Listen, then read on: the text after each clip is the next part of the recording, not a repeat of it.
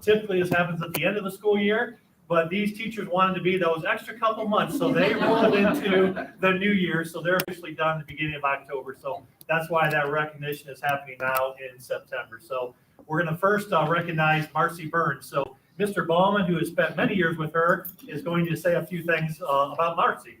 Okay, Marcy, come on down.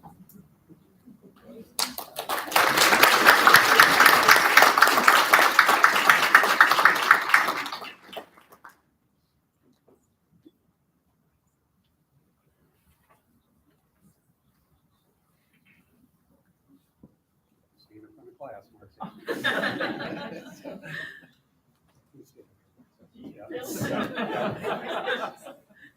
So Marcy, it's my honor this evening to recognize you for your 26 devoted years to the Norwalk City School District. We did spend 9 years together at Main Street, and through that, I got to see Marcy in the classroom and her other duties. And again, I'm very honored to say a few words.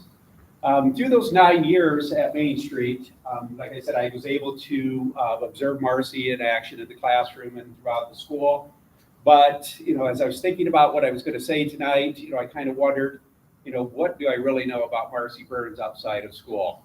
Because, Marcy is a little reserved, she keeps things close, to the vest. But I had to put on my thinking cap, and I thought, over the 9 years, what have I observed, from Marcy? And so I started to put together a list. And again, when you start looking at a body of work of an educator, over 26 years and even beyond that, you start to put the piece together, the dedication that someone has and the love for their profession. So I just want to touch on a couple of them. And again, you can see this with Marcy as she, lists her qualifications in some of her activities. She's a National Geographic certified teacher. She's a collaborator, okay, not only with, her colleagues here in Norwalk, but in the state of Ohio, the United States, and worldwide. Okay, she's very connected, with scientists, with educators throughout the world. She's a researcher, okay. She trolls the water of Lake Erie, okay, doing research.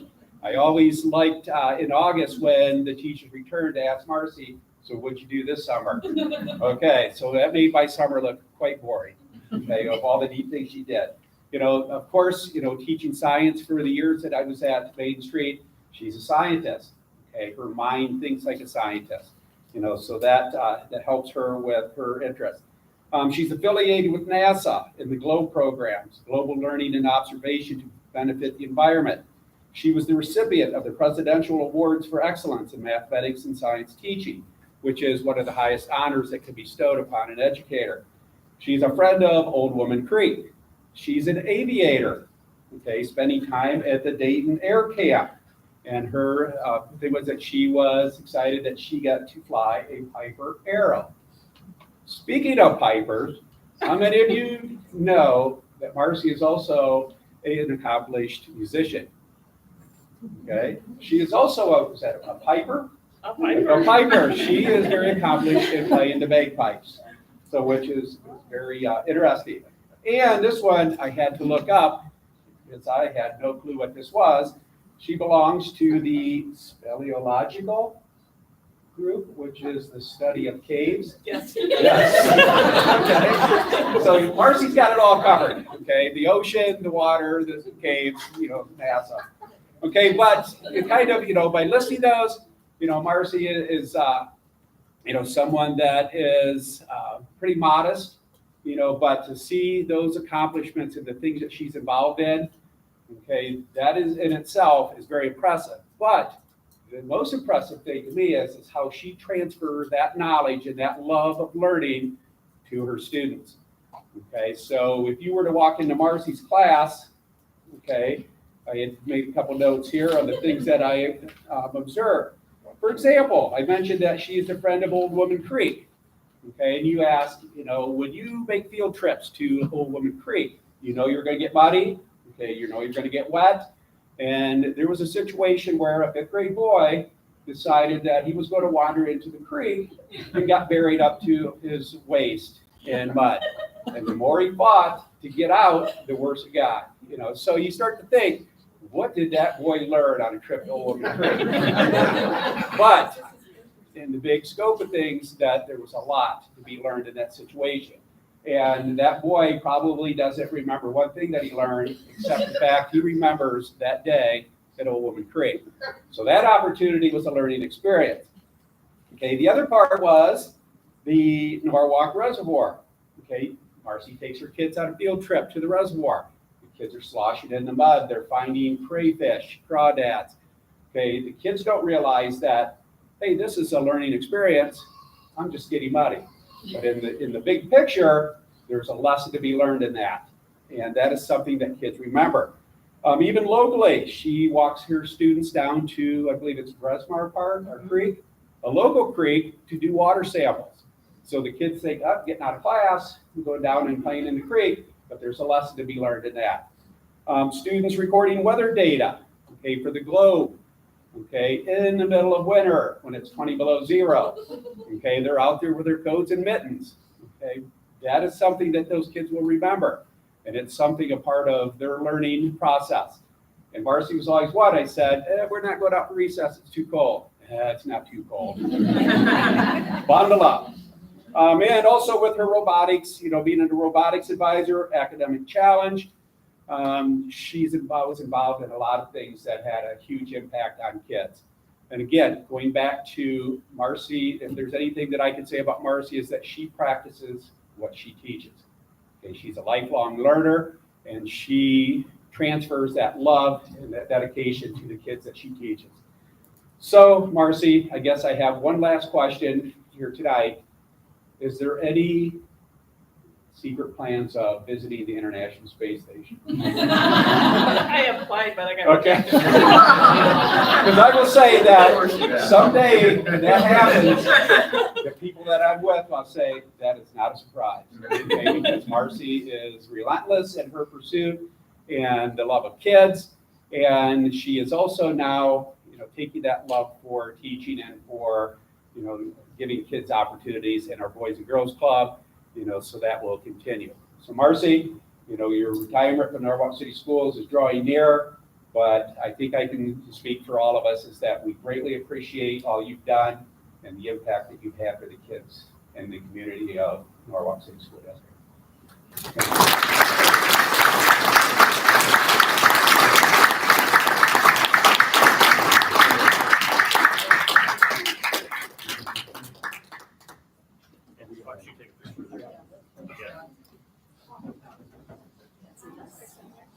Good.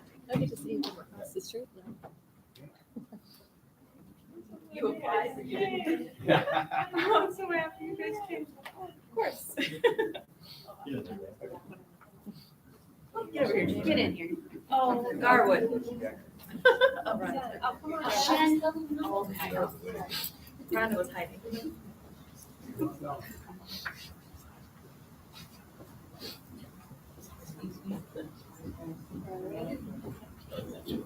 How are you?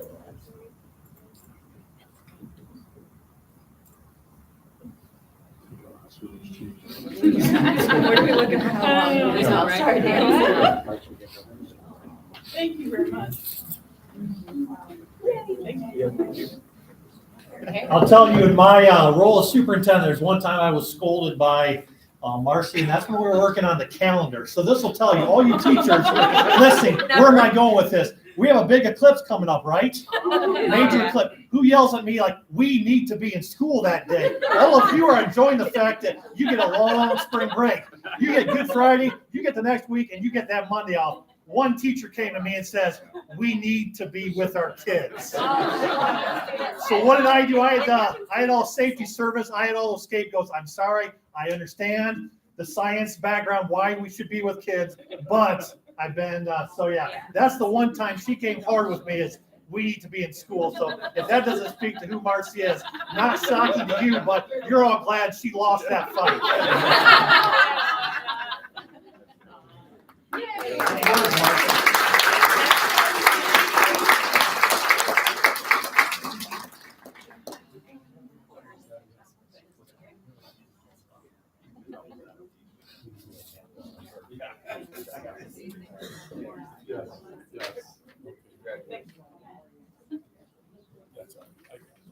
How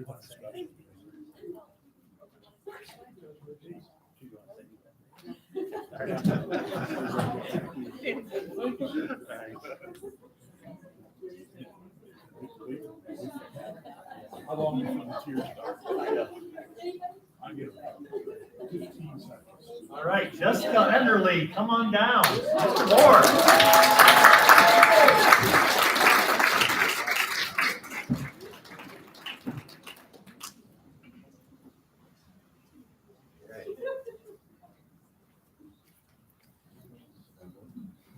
Okay, before I read off my remarks, I gotta just make a note to myself. I go to Old Women's Creek to make sure that Marcy goes with us or gives us a preview. I don't want to fall in the muck with that. Before we begin, though, there was a lengthy email that I put out without you knowing about it, and I threw a few caveats out there to some individuals. And I was going to list off some things that I want to talk about, but I want to offer the floor to some of your colleagues to, if they wish to come down and say a few words. I know Mrs. Wire would like to mention something, Mrs. Wire also. They've given me tissues because they want to make me cry. They said. Oh. Or they bought We have a boxes timer of there for you, them. Jessica. Unless you want to stay right there and go right ahead instead of coming down. Well, I guess I'll start. I don't remember not knowing Jessica. She's always been in my life. She was my Sunday school teacher, her and I both. She's been a good friend, a good career partner. When I started off, I actually started watching Danielle and Andrew for her to complete her projects for student teaching. And I remember going to her house and everything was sprawled out on the floor and her passion was there right from the start. And then I took care of Melissa when she would drop her off and she'd go to work, and I knew the passion was there. And then I was blessed enough to be a colleague of hers later on, and she mentored me into this stage of my life. And she's just been a great example, and I've always loved walking by her room and watching her sing and watching her Laughing at me. She greeted every child with a hug and a smile every day. Everybody who walked in her room felt the love that she had to give. And even as teachers, working alongside of her, I think we all know that love. When we needed her, she was there to pick us up. And so her presence was very well known and appreciated. But I do have one funny story. Oh, no. So we all know that Maplehurst has some hidden smells here and there. Oh, no. And so my room was up in the modular, and so I would walk past her room, and oftentimes it would rain and we'd get a strong smell, and we'd be like, whoa, that's really bad. Well, one day it was really bad. So I walked by and I'm like, I have no idea what that smell is. So Lisa and I were talking, it's gotta be something, I bet something crawled up under our trailer and died. And we all know that's possible too. So we kept smelling it, and come lunchtime, I thought I was gonna toss my cookies. So I walked down, I go, hey, Jess, did your guinea pig die? She goes, oh no, my kids fed it earlier today. I go, boy, some is really bad. So we go to lunch, come down later, she goes, I go, yeah, she goes, my guinea pig is dead.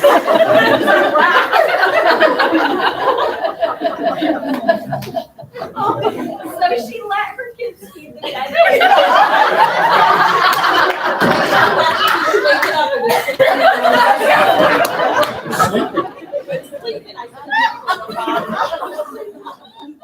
I will never forget that. She made us laugh for weeks. For years.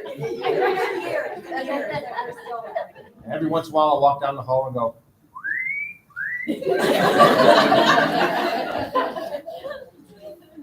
Mrs. Nutter, would you like to say a few things? I would love to talk about Jess, but as I told her, I probably got 1,000 things.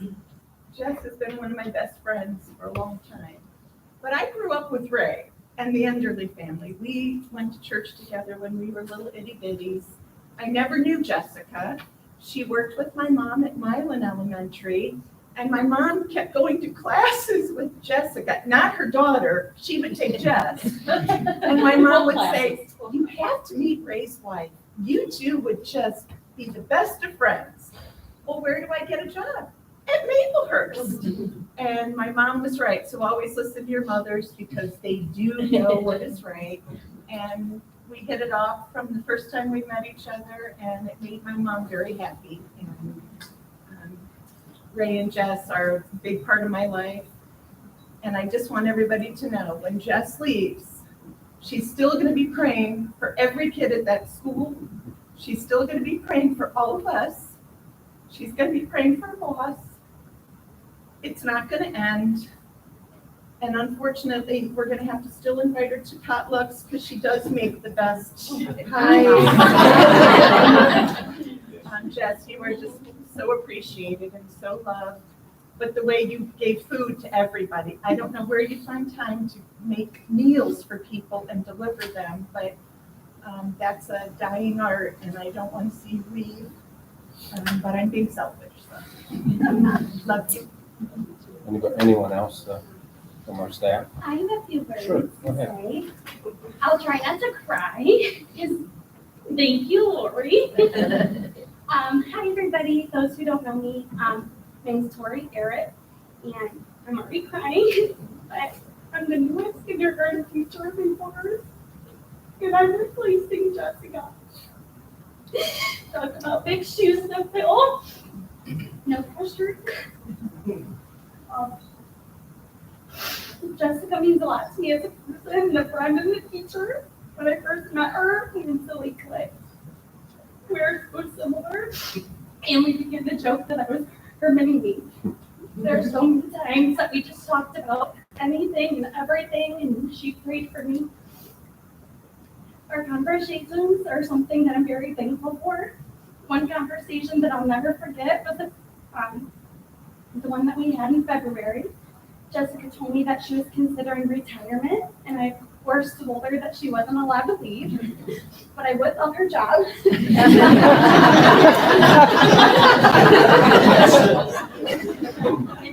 from then on, we would joke about how I could take over her classroom. And this is a conversation that we had many times, many times, and one that I'm so grateful for. Jessica prayed for me daily and kept me optimistic when I had my doubts that I wouldn't get her job. Despite any situation that hit Jessica, she was always positive. And when I interviewed for the job and we didn't hear back for weeks and I was like puking every night, I told her, right after I found out I got the job, Jessica, of course, was still there, because anybody that knows Jessica, she never leaves at 3:45 or 4 o'clock or 4:30 or 5. So,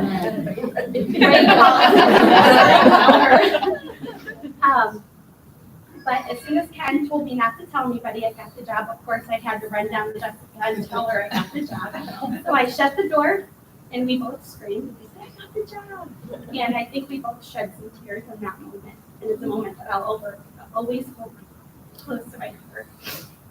Throughout this process, it was very nerve-wracking, but Jessica was always there cheering me on from the sidelines. Her positivity and kindness did more for me than she will ever know.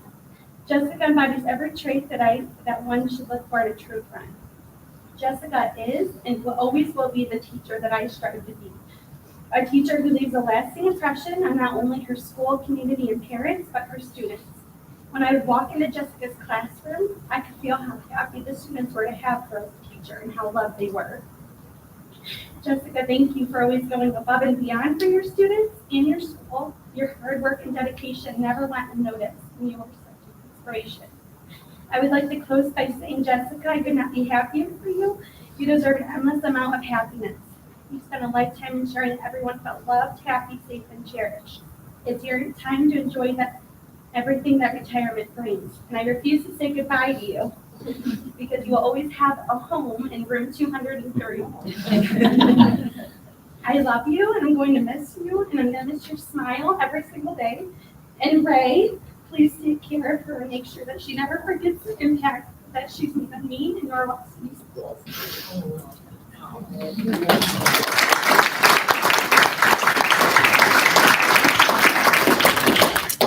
Anybody else? Great. That is a very fitting. Nothing tops than to hearing the words from your colleagues and the praise that they give you. And Jessica, over the last 27 years, Mrs. Jessica Anglais has taught, inspired, and cared for each student as they walked through her classroom doors. They came, many of them, in kindergarten, frightened, scared, and unaware of what lay in front of them as their kindergarten experience began. But through your soft demeanor and your wonderful smile and welcoming hugs, you comforted them and surrounded them with your love. Your enthusiasm and energy has been a constant theme, even in the comments from your fellow teachers throughout your entire career. In fact, looking back in 1996 of an evaluation that Mr. Gordon wrote. Oh, my goodness. Oh, God, that's Mr. Oh, sorry, Rob. He writes, in the summary of the evaluation, keep in mind, he says, Mrs. Enderle, all teachers begin with a high level of enthusiasm and energy, and it is the great ones that maintain it throughout their careers. This is what makes the difference between a teacher with 10 years experience or 27 years of experience than a teacher with 1 year of experience 27 times. So you've done an outstanding job with that, and this is the official one there. He also told me he almost didn't hire me because I was, and I said, oh, there was one right, what was it? He said, because you're too nice. And I said, too nice? I said, is that a compliment or a dick? And he said, well, I would never put you in 5th grade. I go, great, because I'll never want to be there. As I said in my earlier comment, Mrs. Enderle, you've loved your students and trust that were trusted in your care as if they were your own. So what better way for me to end this evening's comments than to have one of your own. A little theatrical for me. I cried when the girls came down. Mr. Cooley said I got to be the closer, so I warmed up my mind. I'm gonna stick to a script though, if you don't mind. So my name is Andrew Enderle. I graduated in the class of '09 year at Norwalk, and I'm currently the principal at Norwell Middle School in Ossian, Indiana. As many of you who know me are hearing that for the first time, it may come as a surprise, especially Mr. Cooley, who suspended my parking permit for doing peel outs in the parking lot after football practice about 15 years ago. So that is true. I am a principal. But not here to reminisce about me. Obviously, I'm here to celebrate my mom. And that goes along with the legacy of the Norwalk teachers that have come before her and that will go after her as well. But this is my favorite teacher of all time. She's been a part of Norwalk City Schools for almost as long as I've been alive. She's touched hundreds of students and colleagues during that time frame and inspired me to become a teacher myself. I'm so proud to have been raised by two of the hardest working people I've ever met. If time served equated to a diploma, I would have got one in the 7th grade as a result of all the nights spent in Maplehurst, sitting on the That's why I floor. can't believe it was a became a Right, teacher. right. I still don't get it either. But those are cherished moments, even though I didn't really appreciate it at the time. I'm blessed to have served time alongside my mom, watching as she poured into student planning and reinvented the wheel over and over and over. And we gave her quite a bit of a hard time for that, but she was committed to the art of education and continued that until leaving the classroom. So that's a pretty special legacy in and of itself. The last and most monumental of the purposeful attributes that my mom possesses as an educator is a relentless love for students. And that's because of the love that she has from her Savior, Jesus Christ. And as I reflect on my mom's career, I'm reminded of my own life's verse, which is, I press on towards the goal to win the prize for which God has called me heavenward in Christ Jesus. Mom, this part of the job will never be done, nor will the work you put in be forgotten. You've pressed on towards a heavenly goal to positively impact children's lives. Thank you for paving the way for many kids, including this kid, who's proud of the legacy that you've left for Norwalk as well as your family. I have to tell one little story because he said I love my kids more Oh, boy. at school. I know where You love them more than me. And I said, well, so one Christmas I decided to wrap up gifts. And, we'll go around and open the gifts and everybody takes turn. Well, he got done really quick and he's looking really worried. And he got a book, he got a pencil, he got candy. And I said, well, you wanted you said I treat my kids, I want you to treat you just like I do my kids. He never complained again. Never.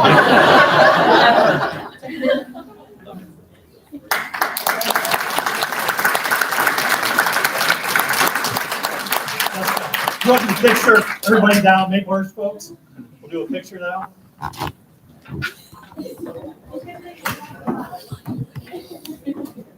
Yeah. My mom's gonna come up too, I get her son, and let's see, I her daughter. She was my student, come up here with us.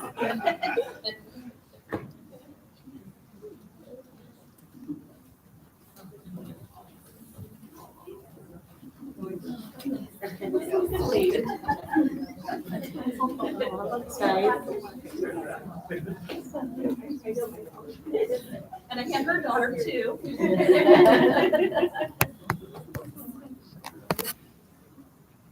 And her mom was one of my mentors that I love so much, Jill Javon.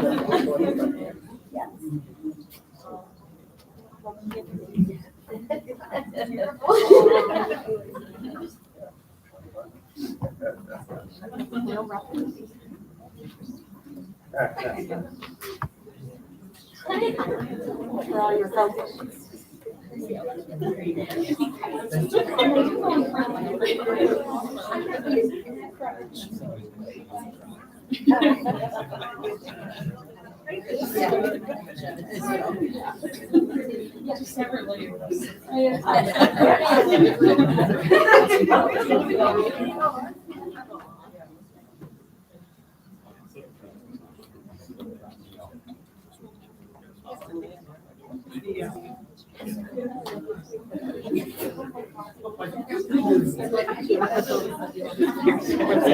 gonna get in. Oh. Come up here, Maddie. She's not gonna let you, have to get in, Maddie.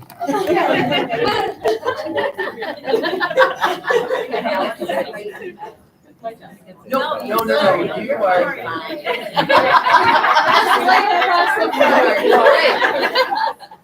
You guys in the back, spread out a little bit.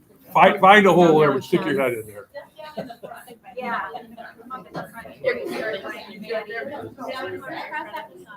Chris,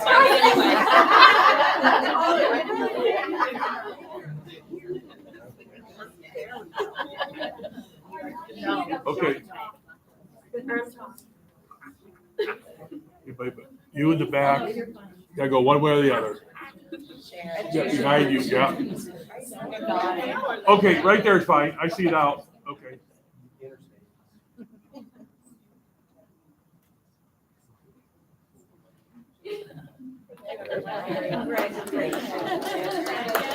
My husband's gonna be so glad I don't have to share my time. He wants it with crap.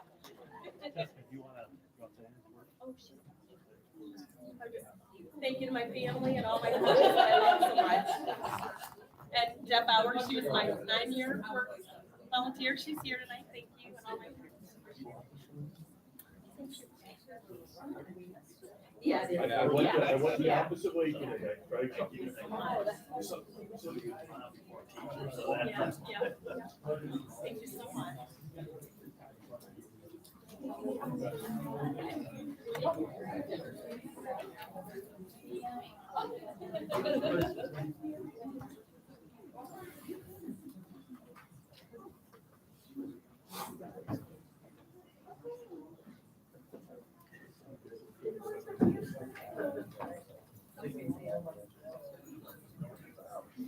You going out somewhere to get some food now or what? All right, good seeing you.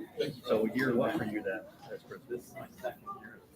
Okay. Assistant So you were like short-time teacher like I was, like 3 or 4. So more than I, like 4 years. Yeah. I don't remember the story you told. I remember the football field going down, like, oh, God. It was like all those years, that's in my head. Like, when I think back of you, that's like, That was a big moment. was it like scrimmage your first game or? Yeah. I was like, all our breath is taken out. Like, yeah. I might have said some things then. Good change, man. Yep.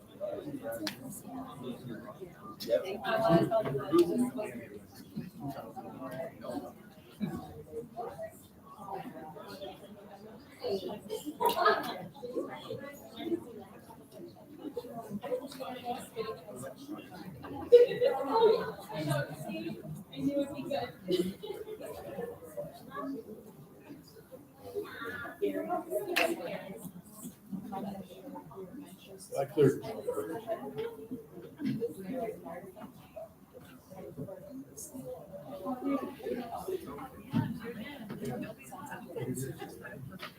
Public participation. Each person who wishes to address the board will be asked to give his or her name and address. Remarks should be limited to 3 minutes in length. If after everyone who wishes to do so has had an opportunity to speak, additional comments can be made up to a total allotted time of 30 minutes.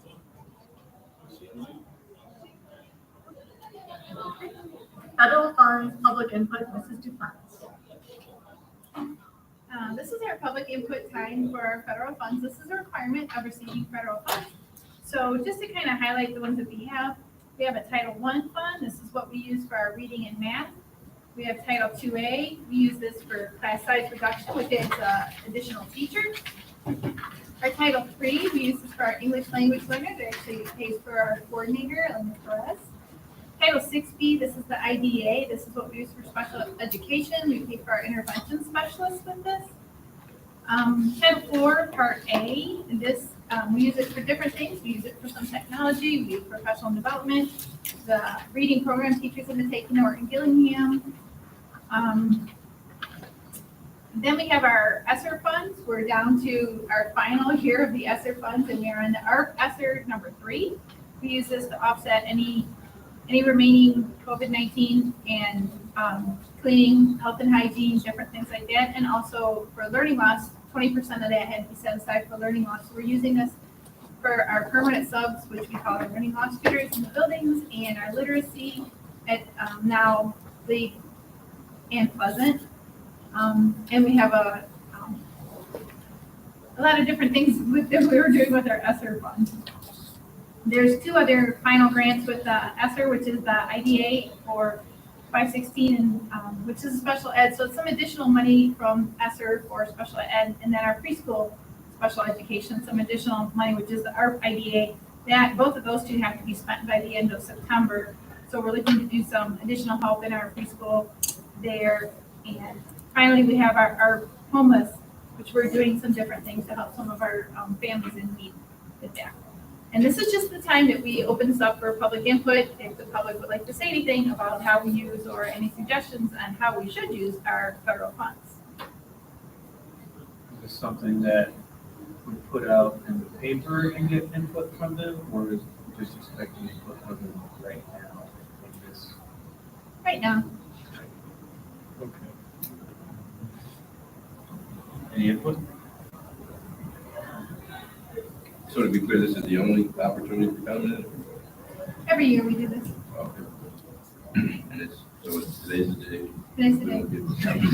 Of course, if somebody has something to say all year long, we'll listen to them. But a lot of the federal funds are limited to specific for what we're receiving them for. So like our English language learner, we can't use that for anything other than helping students with English language. So we'll continue with treasurer group. Okay, moving on to our treasurer's reports. So under your items for approval, we have 2 sets of minutes. We have the August 8th and the August 28th. Then we have our financials. August, this is when our one of our casino revenue payments arrives. Casino revenues based on student numbers both in our district and countywide. There is a tax on casino revenue of 33% of the profit. And then of that 33%, 34% is set aside for school districts. This August, the payment was $86,766.46, which is pretty much what it's been since casinos started operating in 2013.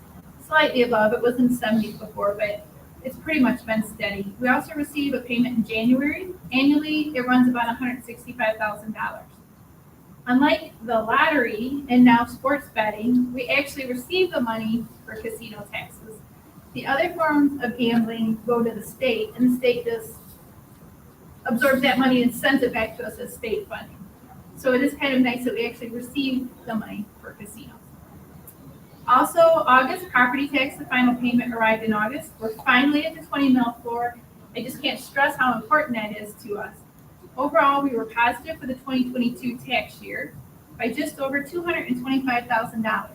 That's what the 20 mil floor does. It allows for some increases in revenue received instead of rolling back the effective millage on all of our levies. Property taxes split over fiscal years, so we're receiving the second half of tax year 22 in our fiscal year 24. So when you look at the 5-year forecast and you compare the property tax line, you have to remember that it's slightly different. You can't look at a whole tax year on that because it splits over the fiscal years. Our financial statements are complete for fiscal 23. I have a copy if anyone would like to take it home. It's also posted on the school's website, or I can send you one. It's a compilation, and now what happens after this is the state auditors will come in and they will audit that and give us an opinion on it. Next, we have our permanent appropriations. This is part of the budgetary process laid out in Ohio Revised Code. The board approves your temporary appropriations in June. This gets us started for the new school year. And then the initial permanent appropriations have to be approved in September. This is basically the spending authority for the year. We cannot spend more than what we appropriate. And our appropriations cannot be more than what we told the Budget Commission will be revenue, which is on our official certificate of estimated resources. So we will revise this as the year progresses when new grants or unexpected windfalls occur. Next, we have equitable services, the 3 agreements that you see on here.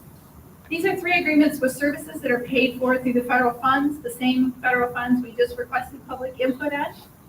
When there are Norwalk resident students that attend private schools, we're required to set aside a specific amount of this federal money to provide services at the private schools that want to participate. So for Title I, we contract with other public districts and the Educational Service Center to provide services through pooling agreements. Basically, the public district that is home district provides a Title I teacher, and then out-of-district schools pay for their funds to cover the cost of the teacher. So we used to do this with Norwalk Catholic, but they're now using North Point ESC for the teacher instead, and then all of the districts that have students at Norwalk Catholic pay the ESC to provide the teacher. Next, we have a then and now. The then and now is required by Revised Code 5705.41D. Basically, what happened here were the dates were out of order. Someone did not do the requisition prior to someone else setting up the work to be done at district-wide. So I cannot legally pay this without the funds having prior been certified and encumbered, unless the amount is $3,000 or less, and then I'm able to put my own then and now on it. So I need the affirmation of the taxing authority according to Revised Code, which is the school board, to pay this bill for work that one of our local companies has already done. And finally, American Fidelity. This is the agreement that allows our employees' share of medical premiums to be pre-tax. Also, we use it for the flexible spending plan, the FSA, that our staff receives as part of their benefit package. And employees can purchase additional policies if they choose, like disability or accident. So every year we have that agreement for the upcoming school year, which actually for American Fidelity starts in October. That is all I have on my section. Thank you, Joyce. Great. May I have a motion to approve all items on the treasurer reports? So moved. Second? Second. Any discussion? All right, roll call, please. Mr. Norris? Yes. Mr. Moore? Yes. Mrs. Crawford? Yes. Mr. Gonzalez? Yes. Mr. Hitzenthaler? Yes. Okay, personnel, Mr. Cooley. Items for approval, we have resignation, Brandy Hildebrand, special needs aide, effective August 18th. Step correction for the next 2 and 3 for Hope Dotson and Amber Rush. Those were approved, and then they provided the experience of what their previous appointments were. So that's simply a step correction. So they were hired when Mr. Baldwin led the special board meeting, and that is simply bumping it up to both to step 1, given provided experience. 4 is a change of classification for Alyssa McKenzie. She's going from special needs aide to a building aide. Step 4 is the highest that she's on, so that's moved over. Number 5, this just actually occurred today. So Kim Kerner was offered the food truck driver position. So instead of bringing boxed food, prepared food, she is going to be basically transporting the fresh foods and those things to the buildings. So our elementary buildings that now have ovens in them, they still don't have the coolers mechanism. So we are still having to ship from this site and or middle school to get food. So very much that position is necessary. So Kim Kerner will be continuing part of her role as transportation aide, but she's no longer going to be a cook. She's going to be providing that transportation as the food truck driver. So that was offered today. Number 6 is a settlement of OC grievance agreement. So to me, this was a smart move, streamlining. We had 2 building level secretaries, so now every secretary that's in our district is a supervisor secretary. So smart move to make for all parties and good for the 2 listed there as well. So I'm glad that took place.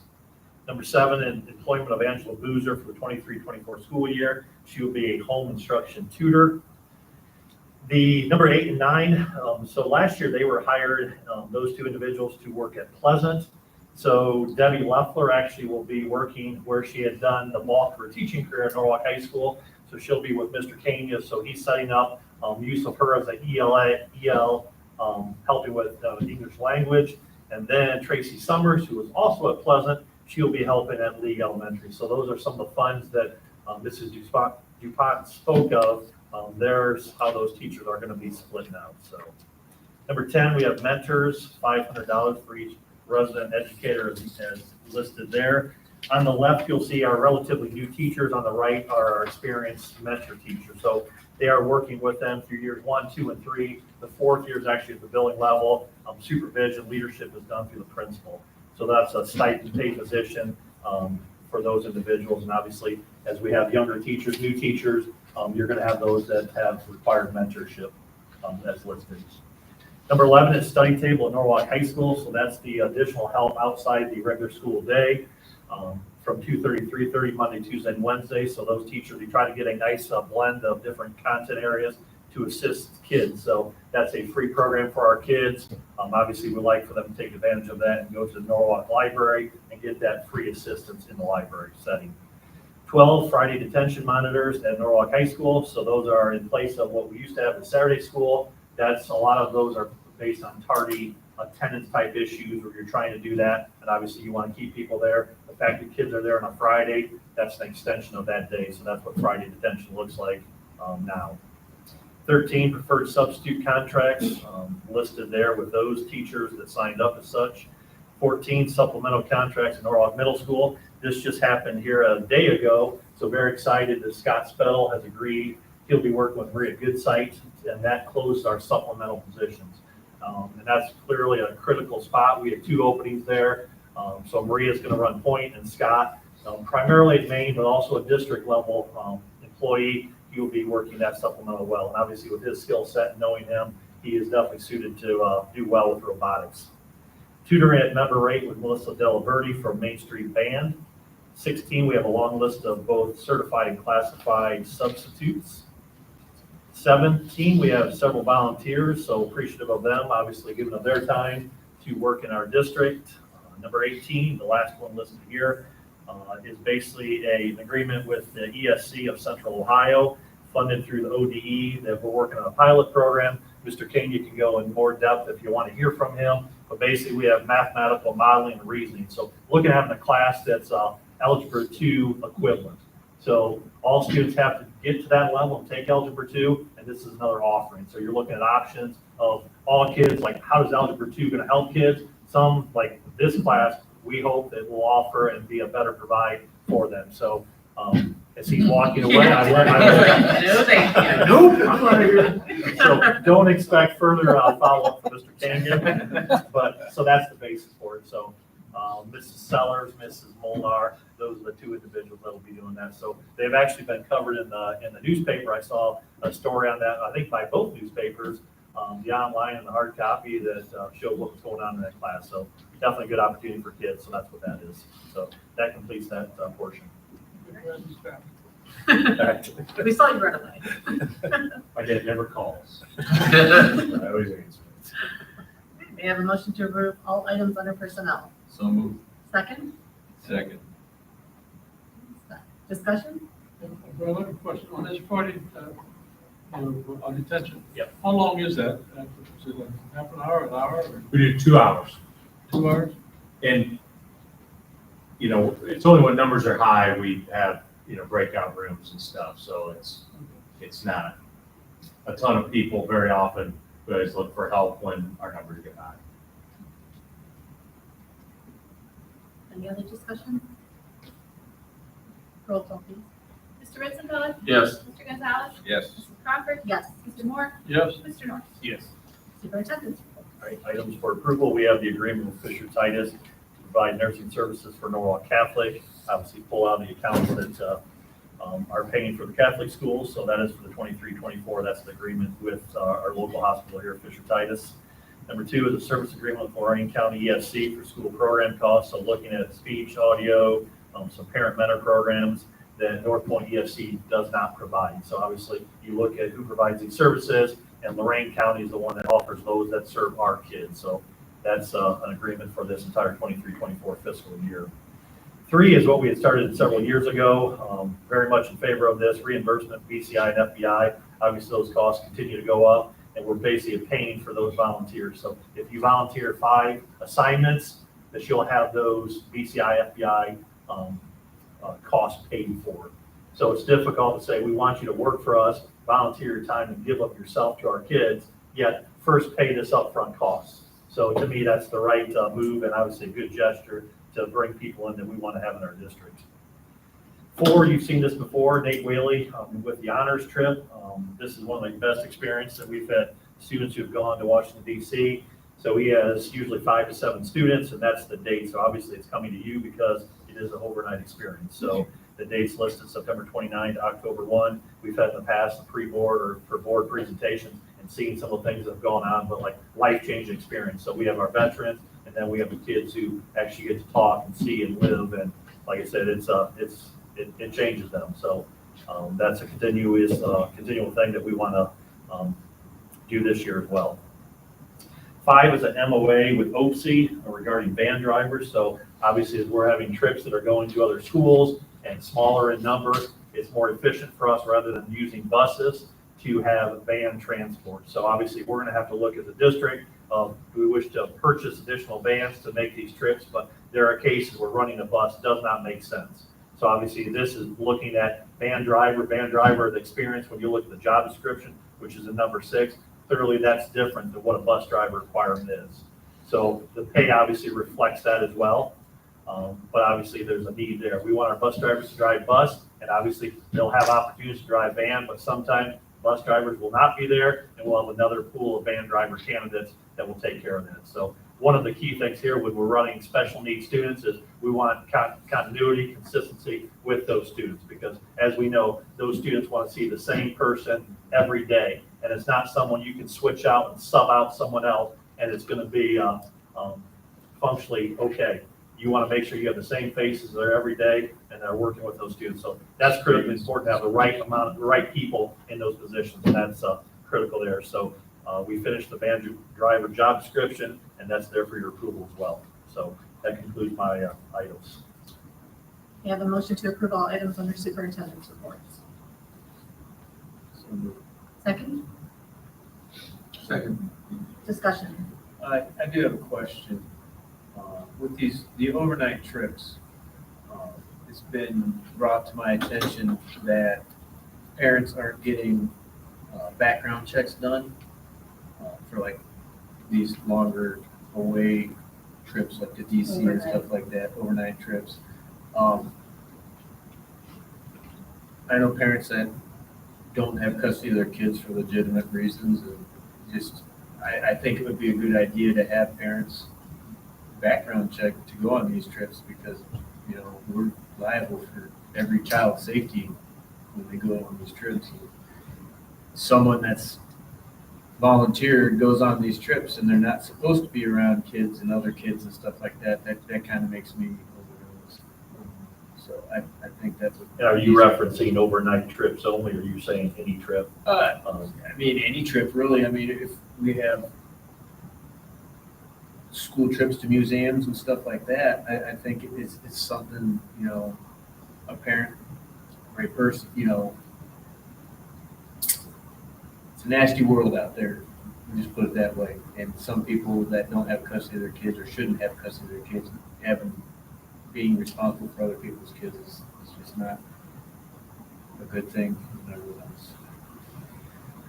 So clearly doing due diligence, you know, by the school district, by the advisor, you know, looking at Mr. Kish, for example, the most recent person who had done this, like, clearly they're very good at kind of flushing out who are those people going on that trip, but it is difficult to always know. Right. Because even the people you think you know, you might not know, and they're not always presented as such. And that's the big worry. You know, this was brought to my attention by other parents. I don't know if somebody went on a trip that shouldn't have gone on a trip, but it was brought to my attention by a few parents at the game. What would the cost be to do background and mostly like, I think it's Like definitely if we went on a overnight too. DC trip, how many parents are going? I mean, if you're doing that and you're saying it's $75 average Per person. to do that, and that's similar to, you want to pick up that cost, or a volunteer who is a parent truly wants to go on that trip, so you pay that up front, because that has to be Right. known. And typically that turnaround time has been good, but obviously the start of school, there's so many that it gets pushed back. I Like, that would have understand to that be known. I understand that there's time frames and costs involved, but to me, the safety of our kids is more important than the cost and time frame.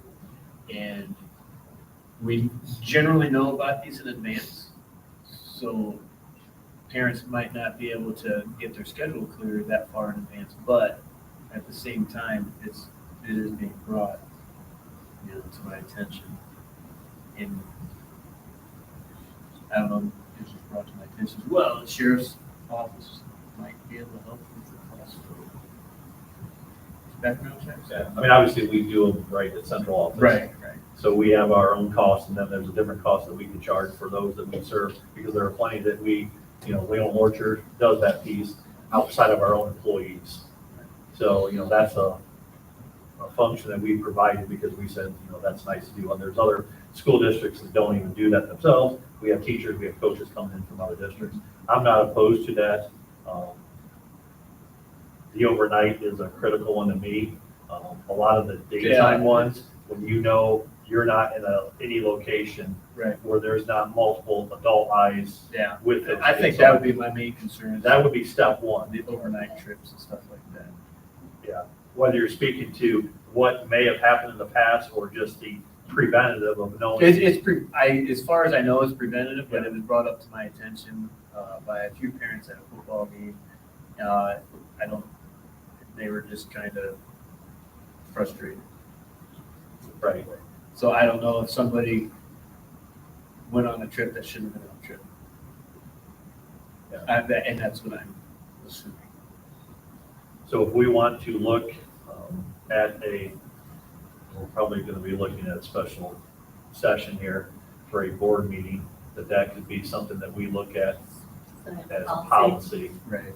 as such, running through Bethel and Wagner. I think it would be a good idea to have something along those lines for overnight trips. It's just, you know, kids in hotels. We set up a policy, we could decide, you know, how it's gonna get paid and how often too. So if a parent has it done once, do they have to do it once a year? Do they have to do it? Because, you know, there's once a month? those parents that, if a kid's going on a trip, it's usually the same parents that are going on the trips.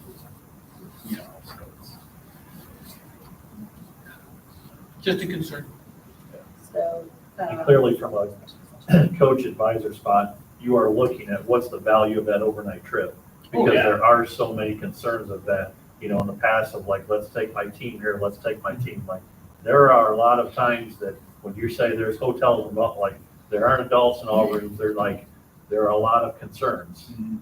So, you know, we take those trips, we were looking at like, what's the value of that trip? Because you know, one negative experience or event can sour that trip and so many. And that's why I think Trips it's take home. important to have gauged who's going on the trips. That's good. And I would say we have done a fine job of selecting those people, but it is because we all probably could name people that we would say on the surface, you would say, you probably check the box of being a solid individual, and then there's things you don't know about people, and I recognize that. I think that's the big one.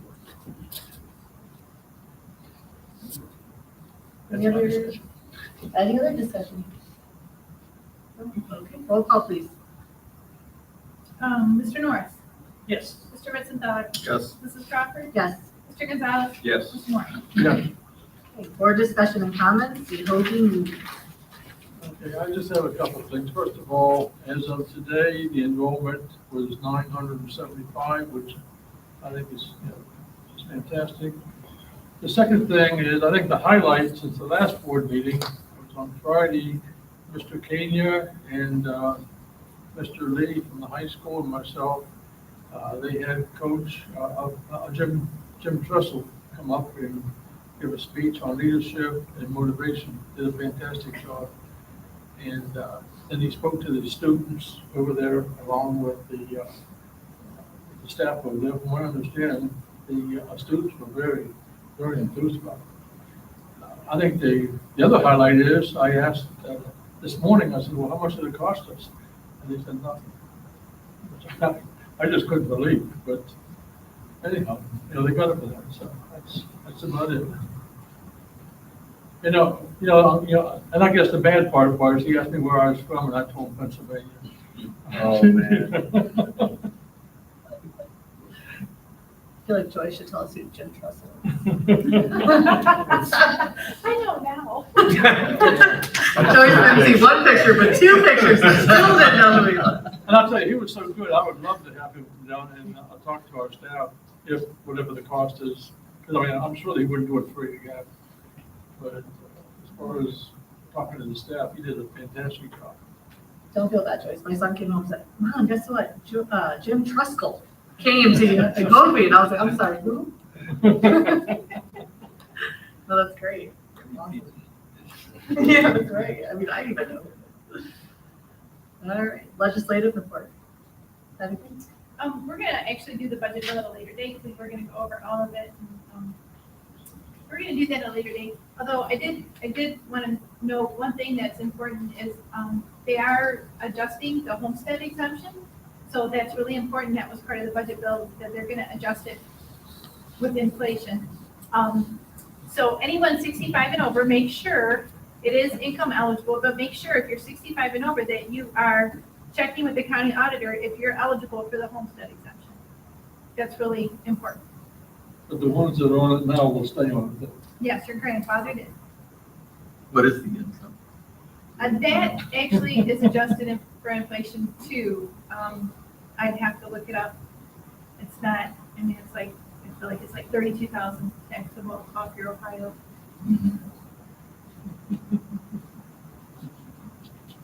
But there is, also, I just saw introduced today, at the state legislature, they're coming up with a new, it's called the 70/70 bill for seniors 70 and older. If you make $70,000 or less, they're going to freeze the property taxes. So that would be another thing that's really good. I'm pretty sure the person I saw making a presentation, or whose picture was being taken, was maybe on the side that might not be able to get it through the legislature, but it would be a really good thing for seniors to have that. So we'll see if that goes anywhere. Are we ready to schedule the meetings that we're gonna do for the? Well, we feel like maybe we could have a meeting next Thursday. You know, I do Monday. Thursday, I'm on vacation. You can still have it. Monday's too soon. Mondays are my free. You do Unless that. it's the following Monday. Yeah, that was the following one. Okay. We can do that. What kind of date is that? So the 25th? 25th. And then what time and where? It's my anniversary. Maybe that's not. Maybe that's not a good idea. I'll even look at the weekend, see if I can get out of it. Well, can you only do Mondays to a certain time, or you just can't only? Just bring her along, it'll be fine. Yeah, she should go Good there. date night. Yeah. I'll learn what school time is for your date night. It's only, we'll have donuts soon, and she can have donuts sometime too. Can we do the second? The October 2nd? I get slaughtered, just so you know. Oh, listen, I don't care. Anniversary. Are you only from Monday I at a understand. certain time, or could you do it after a certain time? These are small sessions. Well, I don't, because football practice is over at 7:30. So it's either, So could we do something at 7:30? I mean, if you're all willing to come in there, I mean, I didn't think you would. Okay. Based on what it is, I would like to I make think, it happen as soon as I possible. think, it's yeah, I think it's something we have to. Okay, I mean, if you're willing to come in after 7:30. I'm a night person, I'll, 1 a.m. Dan. We might be losing one. Yours isn't though. Dan will already be in bed. Four will be solid. Dan will The be other three sleeping. might be zombies. I mean, if you want to do next Thursday at 7, oh, you're gonna be gone. Yeah. You're on vacation. I mean, When are you I back guess from if you vacation? want to do it at When are you 7:30. back from vacation? Saturday and 23rd. I'll be at afternoon that night. we can just take it for you, Wayne. That's, I mean, we can always go live, and I can follow it. All right, let's do that. 7:30 on next Thursday? What are we doing? I don't. Let's go 7:30 and the 21st. 21st. Okay. And then I'll just want to do How many are we talking? Are we just talking one? Meeting? Yeah. Yes. Okay. I like my skin attached. Where do you want to do that? Where should we do it? Board office, we're fine. Right. Speaking of dates, any follow on the debate? We are, what, 3 weeks away? Yes. So I talked to Mr. Centers here tonight. So we're looking at the possibility, obviously candidates have not been spoken to, with the school and the social studies department helping the plan. So Mr. Caney has been a part of that discussion, that if we would do that and have both a school board and a mayoral debate on the same evening. So those dates, those things are being checked out right now, and obviously the candidates need to be addressed as to their willingness for that. I let the media know that they will be able to come and live stream that if they so choose. And that will be, like I said, back to back. So that's the thought process right now. And looking at early voting, we would like to go actually earlier. So probably that first week in October rather than later, which was, talking about like right before when you're saying the November election. So we're actually looking at those dates. So that is kind of the thought right now, but we're having to nail down some pieces and parts of it before we can say that's what's happening. Mr. Taylor, would you be willing to participate in a debate sometime in October? Jeremy. Doing? No, I already said that. Eric, Okay. we got 3 of us already. So I think, So- when did we say early voting? 11th, 11. October 11th. Like, voting registration closes October 10th. So if you're not registered, you want to do so before October 10th. And early voting starts the 11th. Yes. And they no longer have, where you can go in and do the early voting the day before the election, like they used to. That was, Yeah, we got rid of Eliminated, that so. this past election. So our tie with our social studies department is to have kids there. So it's night, it's not gonna be during the day. I know with previous debates we've held in front of our junior, senior class, that will not be the case. It'll be at night, so we will still have some kid participation there. We were discussing the logistics of it and probably wanting someone in the community to be the MC rather than a school person tied to, we put a teacher in that position, which would have, ample to choose from. However, I don't think that's a great spot for a teacher to be in when obviously we have the closeness of the board members doing that. So I think hand-picked community member would be the right person for both venues, for the mayor and for the board. So, two other items I have. Talked to Garmin Miller today, so we're looking at October 3rd and October 17th as our potential task force days. So I am leaning toward the earlier date of those two. Yeah. We're in formation right now of that task force, so those numbers continue to grow. Yeah, I got that name for you, by the way. Okay. So October 3rd, what? So for our first task force meeting? Or for? Correct. So that's a Tuesday. So the Garmin Miller, obviously they're bringing 3 or 4 individuals. They said 3 and 17. Obviously, to me, we want to move things as quickly as possible. So instead of going 2 weeks later, if we're ready to go, I'd like to say October 3rd at 6 o'clock. That's a night meeting. That's obviously they're coming from Minster and Cleveland, and then we're going to have our Norwalk people here. Check with Mr. Kane and Mrs. Rogers today. Art gallery is being used by a fundraiser group from the community, so we'll likely be in here for the initial meeting. And then from the second task force on, we'll want to be in the art gallery because we definitely want to be on the same level and not this venue where you can look each other in the eyes and you can put parking lots, write stuff on paper, put it on the wall, and those type of things. So it'll likely be here based on art gallery being used that night, and then every task force thereafter. Once we decide with that group, we want, what's the need? Every 6 weeks, every 2 months, every 4 weeks. So those decisions will be made, but at least look at that initial date. So I wanted to throw out there because literally that happened mid-afternoon was that talk with Brian Wolf today. So, and all the names that you've worked with, please get those to me because I'm finalizing those and have personally reached out, and then we send them the letter. So they generally know the scope of what their assignment is and the time it's going to be involved with it. So we'll have a board member on that task list too. So we'll have 2 board members. So Eric. Can't really Oh, have a third candidate. Yeah. We couldn't show up to that. So for I the see. board, So it'll we're on be the Eric first. and Dwayne. Okay, I see. You are the executive team. Okay, I see. We're gonna split up. We have there, you gave me the okay that you can be not on either one of those. Correct? Yeah. So for board representation, it'll be Dwayne and Eric. You can show up and listen if the rest of the board wants to come in and listen for the meeting. You just can't partake and have a discussion unless we make it an actual work session meeting. But you can come and listen. How many people are you trying to get for that? That'd be hard not to give you input.